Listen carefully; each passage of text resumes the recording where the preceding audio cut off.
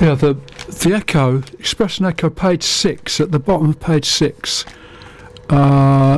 hundreds of teaching roles at risk as uni sees fewer international students. And the cuts are understood to be concentrated in the Faculty of Humanities and Social Sciences, where 85% of all staff placed at risk of redundancies are based. The Exeter UCU, the union, fears the potential changes place well over 500 staff, 14% of all academic staff, at risk of compulsory redundancy in the run-up to Christmas. Student experience will suffer enormously. Research culture will be damaged beyond repair.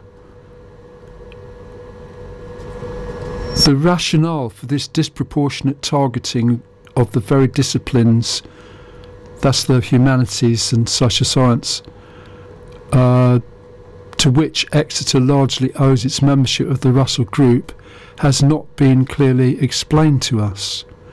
And you'll find that on social media very well presented, with comment about the cost of the management structure. That's also very well explained. But the Echo does have, quite similar to reports in The Guardian, a statement from the university, which I'll read out. I'm just sort of skipping through this print, and I may not have found all of it. A spokesman for the university said it was consulting with colleagues over limited and specific potential changes across some areas of our academic faculties. So they're not really getting into any detail there at all. I think that there may be just procedural legal reasons with HR procedural something or other why these letters have been sent out at this time. It's been said on social media that the danger of a strike in July and August doesn't really matter. That might be another reason, but it may be that the university is intending to make an announcement explaining what they're doing in October, November. But I don't think that's going to work. I think there's too many questions being asked about it. Anyway, sorry, that's just my comment there. Back to the Echo, it said the ongoing consultation was in response to changes in demand or where current activities are no longer sustainable. Again, on social media, they claim that the English courses are getting higher numbers than they were previously. They also say that the humanities courses are cheaper than the STEM courses, science technology courses. So I think there's some explanation will be needed on the sort of investment that might be needed if they're going to expand courses which demand resources in terms of laboratories or other equipment. Anyway, back to the Echo. The University of Exeter said in a statement, "We have informed affected colleagues and are updating students and our wider community.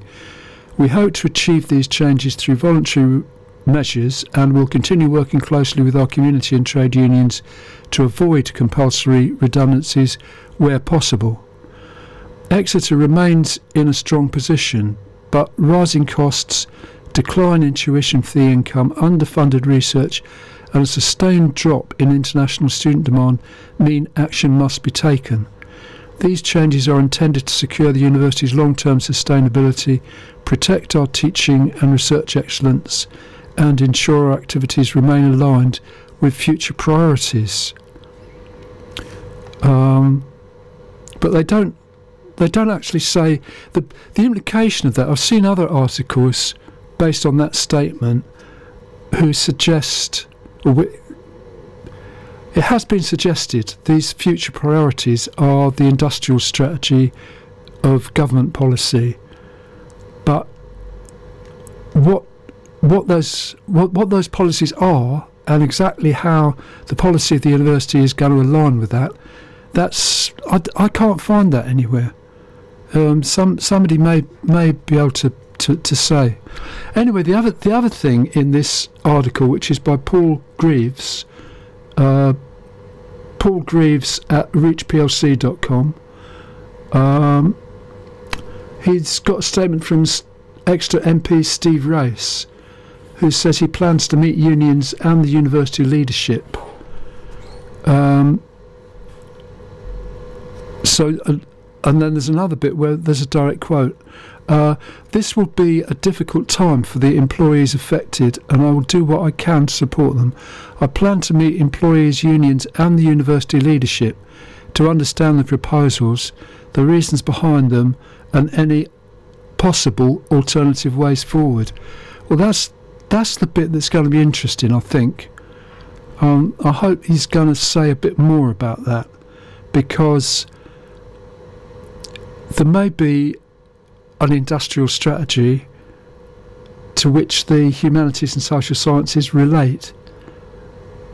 The one that I've picked up from recent connections around different things is this idea of interactive storytelling connected to video games.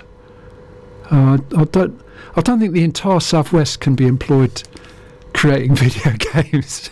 I know this is a bit niche and marginal, but I think that one is worth coming back to.